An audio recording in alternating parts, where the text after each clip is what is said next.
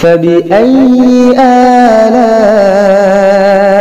ربكما تكذبان بسم الله الرحمن الرحيم الحمد لله وكفى وسلام على عباده الذين اصطفى اما بعد معزز سامعین کرام و ناظرین اعظام، امام راضی رحمۃ اللہ علیہ مشہور بزرگ اور علم کلام کے ماہر گزرے ہیں، جنہوں نے تفسیر کبیر کے نام سے قرآن کی مشہور تفسیر لکھی ہے۔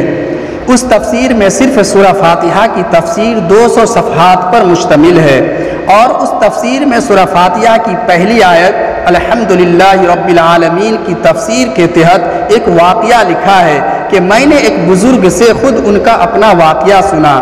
وہ بغداد میں رہتے تھے۔ وہ بزرگ فرماتے ہیں کہ ایک دن شام کو سیر کرنے کے لیے دریائے دجلہ کے کنارے کی طرف چلا گیا۔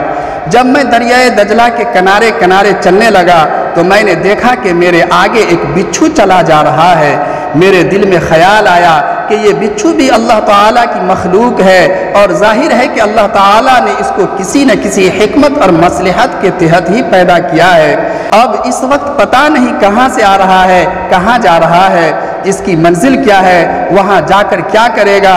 میرے دل میں خیال آیا کہ میرے پاس تو وقت ہے، میں سیر کے لیے نکلا ہوں، آج میں اس بچھو کا تعاقب کرتا ہوں کہ یہ کہاں جاتا ہے۔ چنانچہ وہ بچھو آگے آگے چلتا رہا اور میں اس کے پیچھے پیچھے چلتا رہا۔ چلتے چلتے اس نے پھر دریا کی طرف رخ کیا اور کنارے پر جا کر کھڑا ہو گیا۔ میں بھی قریب ہی کھڑا ہو گیا۔ تھوڑی دیر کے بعد میں نے دیکھا کہ دریا میں ایک کچھوا تیرتا ہوا آ رہا ہے۔ وہ کچھوا آ کر کنارے لگ گیا اور یہ بچھو چھلانگ لگا کر اس کی پشت پر سوار ہو گیا۔ اس طرح اللہ تعالیٰ نے دریا عبور کرنے کے لیے کشتی بھیج دی۔ چنانچہ وہ کچھوا اس کو اپنی پیٹھ پر سوار کر کے روانہ ہو گیا۔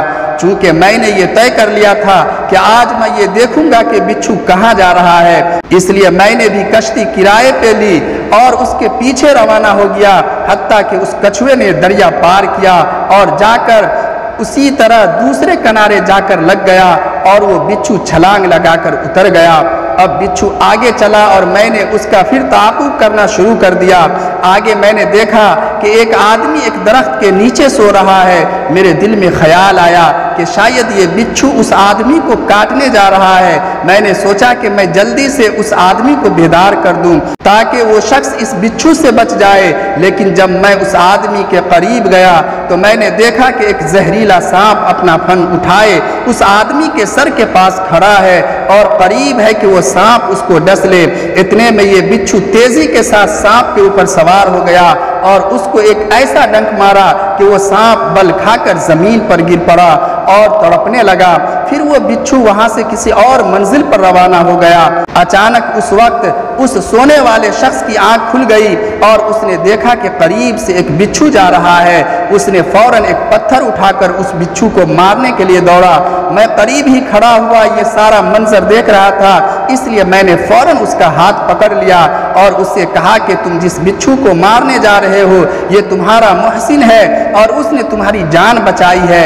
حقیقت میں یہ سانپ جو یہاں مرا ہوا پڑا ہے تم پر حملہ کرنے والا تھا اور قریب تھا کہ ڈنک مار کر تمہیں موت کے گھاٹ اتار دے، لیکن اللہ تعالیٰ نے بہت دور سے اس بچھو کو تمہاری جان بچانے کے لیے بھیجا ہے اور اب تم اسی بچھو کو مارنے کی کوشش کر رہے ہو۔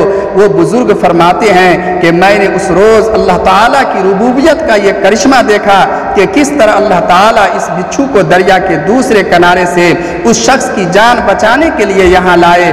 بہرحال دنیا میں کوئی چیز ایسی نہیں ہے جس کے پیدا کرنے میں کوئی نہ کوئی تکوینی حکمت اور مصلحت نہ ہو۔ اللہ تبارک و تعالی ہم سب کو اس واقعے سے نصیحت حاصل کرنے کی توفیق عطا فرمائے، آمین یا رب العالمین۔